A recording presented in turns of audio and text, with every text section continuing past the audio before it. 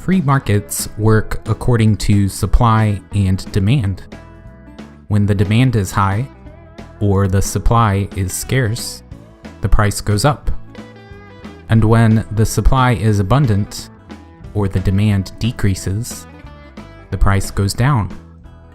Producing information, whether it's knowledge, media, or art, is one of the most valuable things we do.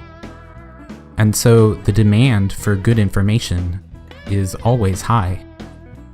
But think about what's happened to the supply of information over the past 25 years. Back in the day, the supply of information was limited. There were physical costs and constraints. There were limits to the number of books, newspapers, and magazines you could produce and store. There were limits to the recording and storage devices of artists. There were limits to who had access to all that media. With low supply and high demand, all that information was expensive. Expensive enough that even with the costs of distributing all that information, journalists and scholars were able to earn a comfortable living, as they should. But the invention of our new information and communication technologies has totally blown up this equation. With information being so easy to store, copy, and transfer, the supply has exploded. There's enough room on a simple thumb drive to contain whole libraries worth of information. It used to be easy to force people to pay when they bought a physical book, newspaper, magazine, DVD, or CD.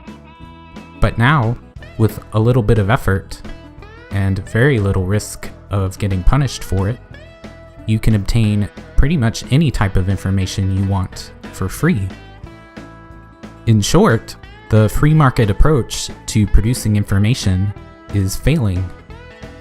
It worked just fine in a pre-digital era, when the physical costs and constraints put limits on the supply and forced people to pay up when they consumed it. But now, what incentive do people have to pay for it when it's so easy to get it for free? You may like it as a consumer, but it's been disastrous for the producers. There's nothing magical about supply and demand. Sometimes it leads to fair wages, but other times it doesn't.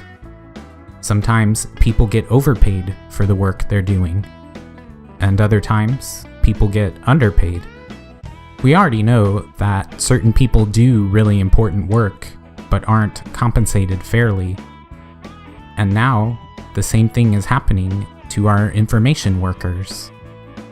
We keep trying to cram the work of journalists, academics, and artists into this free market system through paywalls, subscriptions, and lawsuits. But that doesn't address the core problem, because this is a systemic failure. Treating information like a commodity to be bought and sold in a free market just doesn't work well anymore. It means journalists, scholars, and artists who do such important, valuable work for our society are increasingly getting paid peanuts. We need to figure out how to correct this market failure. We need to figure out how to subsidize the important work these people do so that they'll keep doing it.